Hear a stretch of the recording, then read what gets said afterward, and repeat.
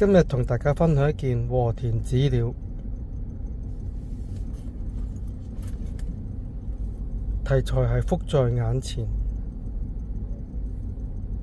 呢個蝙蝠個頭有兩個金頂，下面一個金錢。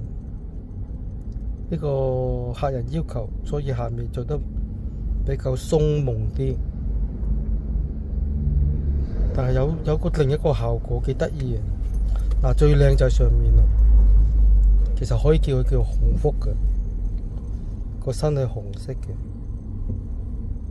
其實咧之前呢個皮色係咁樣嘅，冇下面嗰陣紅色。但係咧連呢個皮色咧撳落去咧就係紅色，好鮮啊！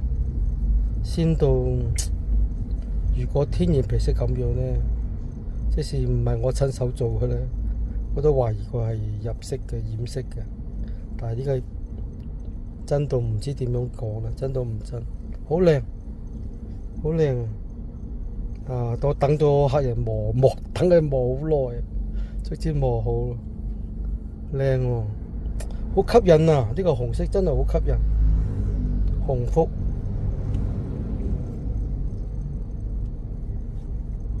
啊，亦都可有機會係佢玩紅咗。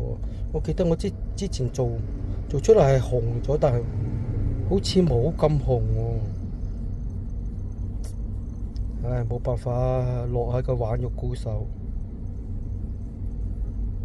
真係啊，真係冇咁紅啊，紅咗好多。佢連呢度咧個皮色咧都揚咗啊，冇咁揚噶，靚啊，好靚。